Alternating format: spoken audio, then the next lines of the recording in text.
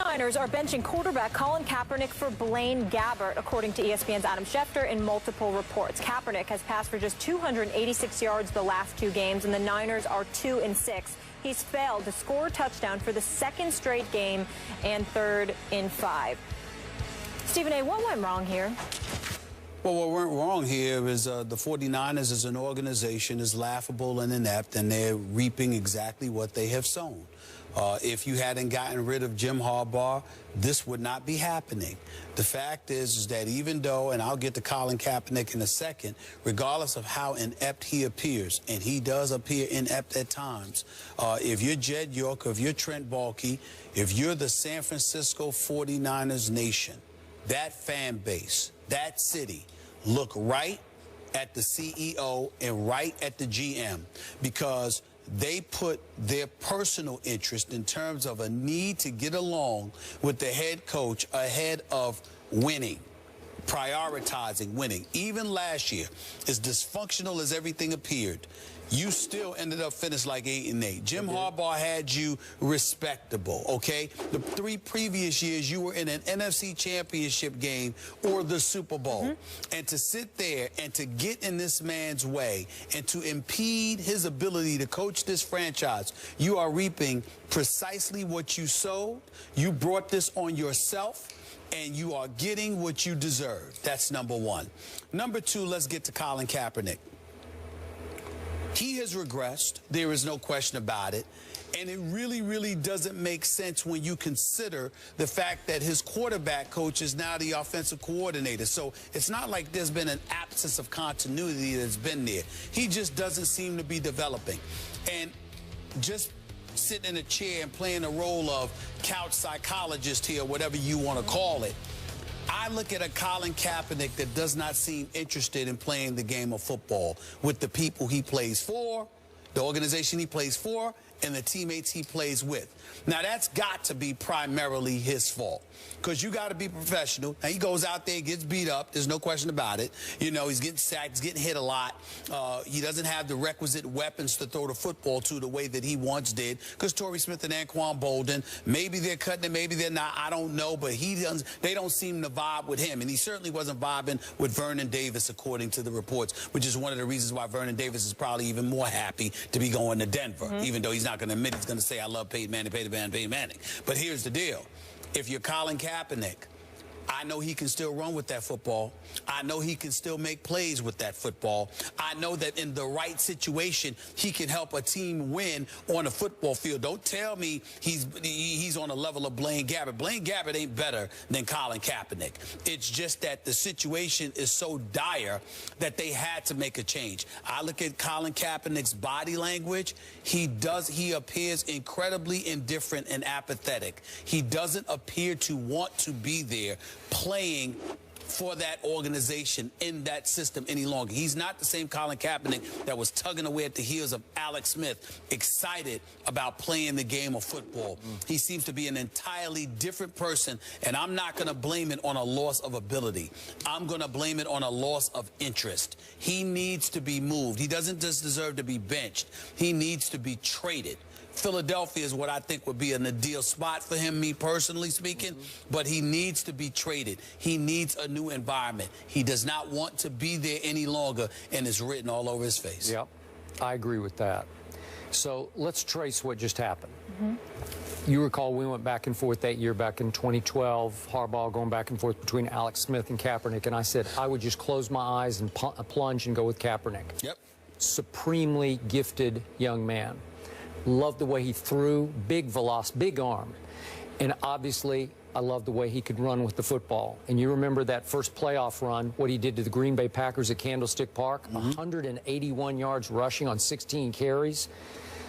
Whew, what a show he put on.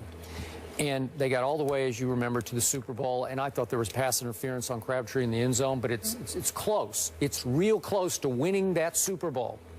And then the next year, he was sensational. 24 touchdowns to 11 interceptions. QBR fell just a little bit from 75 to 68, but they were really good. They won 14 games and lost 5. And as you say, one throw, he just didn't quite get enough air under that throw that made Richard Sherman. Then Richard Sherman went off after that game. Yep. Remember, that's the NFC Championship game. Then last year he regressed some more, and he started to go into his shell, and he started to look mad at the world. Every time I saw an interview, he seemed to have big chip on shoulder pads, and he just, I don't know what was going on. And then there were reports lately about that he's withdrawn from his teammates, and Adam Schefter reported that here in the last, I guess this last week, he actually started not wearing his headphones in the lunchroom. Like, I'm going to take my headphones off, so I'm going to actually try to communicate with some of my teammates. That's on him. That's all his fault. But here's my bottom line to this, and I do agree with your Philadelphia idea. He deserves a fresh start somewhere where he's appreciated. But here's my problem. We just opened the show talking about Cam Newton. What has Cam done that a lot of the other quarterbacks no longer do? He's embraced who he is, right? He runs with the football on occasion when it's called for. Now, you don't love the power runs, but not the power runs, but I love him running. I do too. I love him running, and it doesn't seem to bother him, and it seems to ignite his football team, and it makes it a little easier on him because it makes it so much harder on the defense to prep for that. Let me say this to you.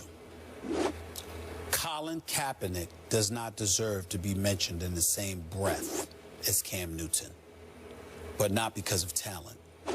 Look at Cam Newton's attitude. Look at how he infuses the guys around him. Now, this is a guy that used to wear the towel over his head and sulk and all of that other stuff. He does not do that. No, he doesn't. Cam Newton is a leader. He is. Cam Newton inspires guys around him. Guys love being his teammate. I don't see any of that. I don't know if they used to do. If we go back 3-4 years ago. But I don't know. But but Colin Kaepernick, this ain't his first or second year. No. This dude has been around for 4 years. Colin Kaepernick doesn't seem, you don't hear anyone speaking up for him. No one. No one. I'm talking about as a person. Now, I don't know how fair that is. Because, I mean, I don't know him. Seems to be pretty nice to me. But if you're a guy that's to yourself, the reason why that's the antithesis of what a quarterback is supposed to be is because the quarterback needs everybody else to do their job. No matter how great the quarterback is, Tom Brady will look like Blaine Gabbert if everybody's dropping passes, running the wrong routes, not studying film, not understanding things, you know, not understanding the system. You need other guys. And as a quarterback, you have to inspire guys to want to be there. The fact that Vernon Davis could get traded and literally get out of bed and talk about, man, all I could think about was Peyton Manning. The fact that the Gronkowskis and Edelmans and Amendolas of the world, everybody talk, even Bill Belichick is Tom Brady, Tom Brady, Tom Brady. The fact that you got teammates talking about how great Aaron Rodgers is as a talent and everything he brings to the table. Tony Romo, the way his teammates rave about him. You cannot be a quarterback that in any way alienates people. You just can't do it. Okay. On the NFL level, it's taboo. And that appears to be what Colin Kaepernick has done. I don't know. I'm just saying it appears to be that way because of what everybody says when they're talking about him. And that's the problem. Okay. Back to my Cam Newton point. He continues to run with the football very effectively, and I don't know why, but last year, even under Jim Harbaugh, in San Francisco, Kaepernick quit running the read option. He is lethal on the read option, and he's safe with it. He is so gifted athletically. He'll slide. He gashes defense because he has such long strider acceleration. To piggyback off your point, didn't we hear something along the lines of what Balky and York wanted him to be doing? And how to some degree that was interfering with Harbaugh? Because what I'm saying is that Colin Kaepernick was playing one way for a period of 2 to 3 successful years, and it was flowing. And then all of a sudden last year we saw a change. And we didn't understand where it was coming from. And if you watch Harbaugh coach at Michigan, that's the guy that's coaching at San Francisco. So why would he sit up there and coach at San Francisco for 3 successful years, all right, coach at Michigan once he's gone from San Francisco the same way, but for a particular year in San Francisco, which happened to be his last, there's a deviation. Something's wrong with that picture. That doesn't make sense. Now, I don't know if it's York, Balky, or if they had nothing to do with it, but it doesn't seem to make any sense that you coach this way no matter where you are, at Stanford, at San Francisco, playing with the 49ers, now at Michigan. But 1 year, things change, which was your last year in San Francisco, okay? And that's just Jim Harbaugh. No, there's got to be somebody else. And who else would have the power to influence change? Okay, it could be Colin Kaepernick, too. Remember what Robert Griffin went through? He said, I am a pocket passer.